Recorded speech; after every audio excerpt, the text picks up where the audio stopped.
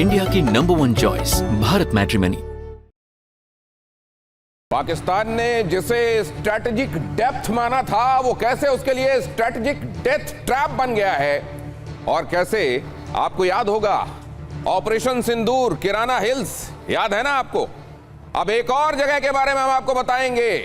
हालांकि उस बारे में टीवी9 भारतवर्ष पुष्टि नहीं करता, लेकिन रिलायबल सोर्सेज जो बता रहे हैं वो ये बता रहे हैं कि कलोल एक जगह है एबटाबाद के पास, ये भी असल में एक न्यूक फैसिलिटी है वहां की, पाकिस्तान की। और वहां पर अफगानिस्तान ने हमला किया तो हालात क्या हैं, तो देखिए जरा। बहुत सारी सिमिलैरिटीज हैं। बनियान उल मुर्स उसको नाम दिया गया था, इसको नाम दिया गया है गजब लिल हक, हक के लिए लड़ाई। लेकिन क्या ये वाकई हक के लिए लड़ाई है? पाकिस्तान की हालत क्या होने वाली है वो हम आपको बताएंगे। यहां पर फिलहाल आपको वो दोनों तस्वीरें मैं दिखा रहा हूं। पाकिस्तान मिलिट्री एकेडमी वाला ये एरिया आप देख रहे हैं। एबटाबाद आपको याद है, एबटाबाद ओसामा बिन लादेन को जहां मारा गया था वो एबटाबाद याद है 2011 आपको। ये एबटाबाद जो कि इस्लामाबाद के करीब ही फौजी इलाका कैंट एरिया, यहीं पर वो जगह कलोल जिसके बारे में बताया जा रहा है कि यहां पर न्यूक्लियर हथियार बनाने, रखने या संवर्धन के हिसाब से कुल मिलाकर इस प्रक्रिया में इस्तेमाल होने वाली जो साइट है वो यहां पर मौजूद थी। और यहां पर हमला बोला गया है, बहुत सारे लोग घायल हैं। टीवी9 भारतवर्ष इसकी पुष्टि नहीं करता, लेकिन तमाम और ऐसे प्लेटफॉर्म जिसमें रशिया टीवी भी शामिल है, जिसमें कई ऐसे प्लेटफॉर्म्स जिनको आप ये मानेंगे कि वो रिलायबल प्लेटफॉर्म्स हैं, वो इस बात की तस्दीक कर रहे हैं कि हाँ ऐसा हुआ है।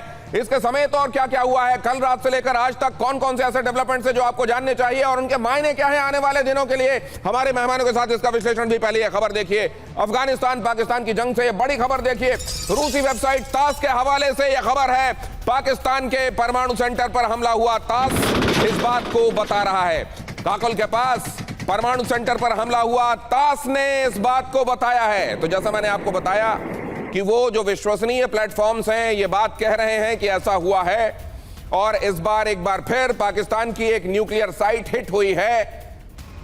और इस बारे में अगर ऐसा हुआ है तो जाहिर है इसके बड़े रेमिफिकेशंस हैं, इसके बड़े निहितार्थ हैं, बड़े मायने हैं, वो हम आपको बताएंगे।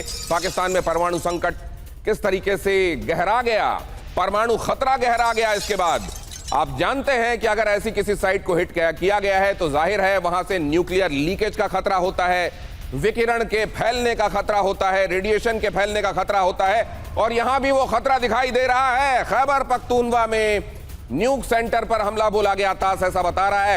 एबटाबाद के पास काकल न्यूक सेंटर पर हमला हुआ, अफगानी सेना ने न्यूक सेंटर पर हमला बोला। और जैसा मैंने आपको कहा, ये हमारी कोई स्वतंत्र इन्वेस्टिगेशन नहीं है, लेकिन यह रिलायबल सोर्सेज से पता चल रहा है, इसलिए खबर हम आपके सामने रख रहे हैं। हमारे साथ जुड़ने वाले खास मेहमान, सबसे पहले तो इस वक्त ये बड़ी खबर है और इसके बड़े रेमिफिकेशन, बड़े फॉल आउट हैं, इसलिए उनके पास चलते हैं और इसके बारे में जरा जल्दी से जान लेते हैं। Professor Amitabh, foreign affairs expert, हमारे साथ एक बार फिर से जुड़ रहे हैं। ग्रुप कैप्टन डी के पांडे, डिफेंस एनालिस्ट, हमारे साथ इस चर्चा में शामिल हैं। आरजू काजमी जी हमारे साथ जुड़ रही हैं, पाकिस्तान से पत्रकार। इसके अलावा हमारे साथ डॉक्टर इरशाद अहमद खान भी कुछ देर बाद जुड़ेंगे, पीएमएलएन के नेता हैं। मुख्तार अहमद माजिदी अफगान कार्यकर्ता हैं और कंधार से हमको इस चर्चा में ज्वाइन कर रहे हैं, उनका भी बहुत स्वागत करते हैं। पहले आरजू काजमी जी के पास चलते हैं। आरजू जी, आपके पास भी इनपुट्स पहुंच रहे हैं क्या? कोई न्यूक्लियर साइट हिट हुई है? अभी तक ऐसा कुछ कहा नहीं गया है न्यूक्लियर साइट हिट होने का। और जाहिर है कि जब तक के पाकिस्तान की गवर्नमेंट या पाकिस्तान मीडिया जब तक इस बात को नहीं कहता, मैं कुछ कह नहीं पाऊंगी। लेकिन हाँ, ये ज़रूर है कि अभी थोड़ी देर पहले DGISPR की प्रेस कॉन्फ्रेंस हुई है और यकीनन आप लोगों ने भी उसमें कई चीज़ें नोट की होंगी।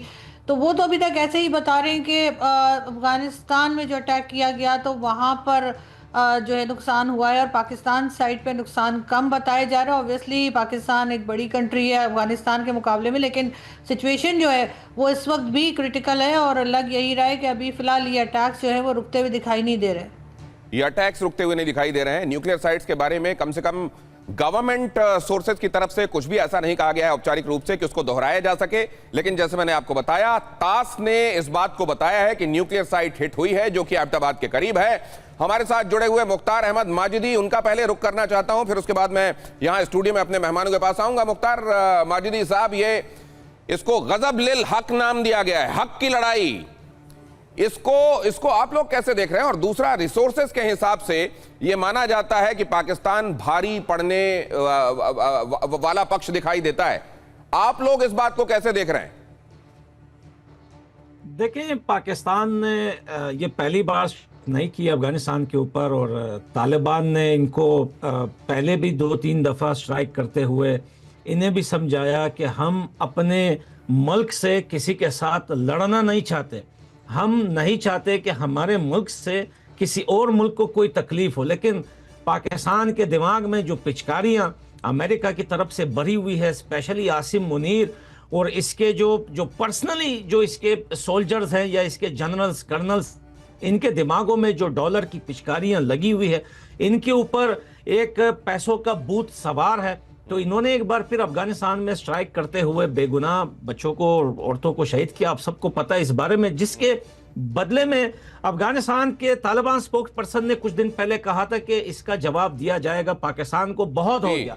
हमने ये सुना था और हम इसको इन डॉट्स को कनेक्ट भी कर सकते थे कि उन्होंने ये बात कही और ये किया। लेकिन सर, अब दो चीजें, रिसोर्सेस के हिसाब से पाकिस्तान बड़ा मुल्क है, उनके पास परमाणु हथियार भी हैं, इसको आप कैसे देख रहे हैं? और क्या आपके पास भी पाकिस्तान में किसी न्यूक्लियर साइट के हिट होने की अफगानिस्तान की तरफ से डेलिबरेटली ऐसा किए जाने की खबर है क्या? जी बिल्कुल, ये सुबह 11 बजे ये न्यूज़ जो है अफगानिस्तान की तरफ से ये वायरल की गई और फिर पाकिस्तान से भी इसकी वीडियो आई। पाकिस्तान का जो इंफॉर्मेशन मिनिस्टर है ये तो मान ही नहीं रहा था। अभी से 1 घंटे पहले तक ये मान नहीं रहा था। अभी 1 घंटे पहले इन्होंने खुद जो है ये बताते हुए कहा कि अब्दाबाद में ड्रोन जो है हिट किया है, लेकिन हमने उस ड्रोन को उससे पहले मार गिराया है। वहां पर ड्रोन ने तबाही मचाई है, सिर्फ एक जगह नहीं 3 जगह का बताया जा रहा है अफगानिस्तान की तरफ से। पाकिस्तान तो सर ये भी आपके पास इंफॉर्मेशन है क्या, कोई न्यूक्लियर साइट हिट हुई है क्या उस जगह? देखें, मैं आपको बताऊं कि सुबह जब ये एयर स्ट्राइक पाकिस्तान के ऊपर हुई तो ये बड़े घबराए हुए थे। इतना तो कंफर्म हमें नहीं पता था कि ये न्यूक्लियर साइट है या वहां पर कुछ शायद पड़ा हुआ है, तो ये तो कंफर्म नहीं था। लेकिन स्ट्राइक करते हुए अफगानिस्तान के फोर्सेस, उन्होंने पहले ही बताया था कि हम किसी सिविलियन को टारगेट नहीं करेंगे, हम जिसे मारेंगे। स्पोक्स पर्सन ने भी बातें की, आपने तो सर जो आपने बात कही है मैं अपने दर्शकों के लिए दोहरा देता हूं। माजिद ये बता रहे हैं कि जिस तरह की अफरा तफरी मची, उसमें लग रहा है कि कोई एक सेंसिटिव जगह हिट हुई है और हमने ये पहले ही स्पष्ट कर दिया था कि नागरिक ठिकानों को हम निशाना नहीं बनाएंगे, लेकिन जो सैन्य प्रतिष्ठान होंगे, जो मिलिट्री इंस्टॉलेशंस होंगे, उनको हम निशाना बनाएंगे। इरशाद अहमद खान साहब भी जुड़ गए हैं और वहां के सत्ता प्रतिष्ठान के वो प्रवक्ता हैं, इसलिए वो हमको बता सकते हैं कि ऐसा कुछ हुआ है। ये तो आप लोग मान रहे हैं कि इस्लामाबाद में ड्रोन आया, आप लोग ये भी बता रहे हैं कि हमने उसको मार गिराया, लेकिन खबर ये भी आ रही है और तास इस बात को रिपोर्ट कर रहा है कि वहां न्यूक्लियर साइट हिट हुई है कलोल में। बहुत शुक्रिया दिनेश, मैं आपसे अर्ज करूं, आप पता नहीं क्यों खुशियां मना रहे हैं। अरे मैं तो एक खबर बता रहा हूं आपको, यहाँ खुशियां क्या, आपको क्या दिया? मैं बता रहा हूं, सुनिए। अब आप बोलने का छोड़ रहा हूं, मिठाई बांट रहा हूं, क्या खुशियां? आप अपने मन से चीजें लेकर चले आते हैं। आप जरा मुझे सुने, आप सुबह से शोर कर रहे हैं, आप लोग हिंदुस्तान कल से लगा हुआ है कि जी काबुल की और पाकिस्तान की लड़ाई होगी। देखें, कोई भी पड़ोसी या कोई भी किसी की जंग होती है, उसमें खुशी नहीं मनाई जाती, समझाने की कोशिश की जाती है, उसको मिटाने की कोशिश की जाती है उस दहशतगर्दी को। चोर की दाढ़ी में तिनका जैसा हो गया। मैंने ना तो खुशियां मनाई, ना मैंने इस बात का कोई ऐलान किया। माजिद साहब आपसे कुछ कह रहे हैं, वो सुन लीजिएगा। माजिद जी साहब कुछ कह रहे हैं, आपसे सुनिए जरा।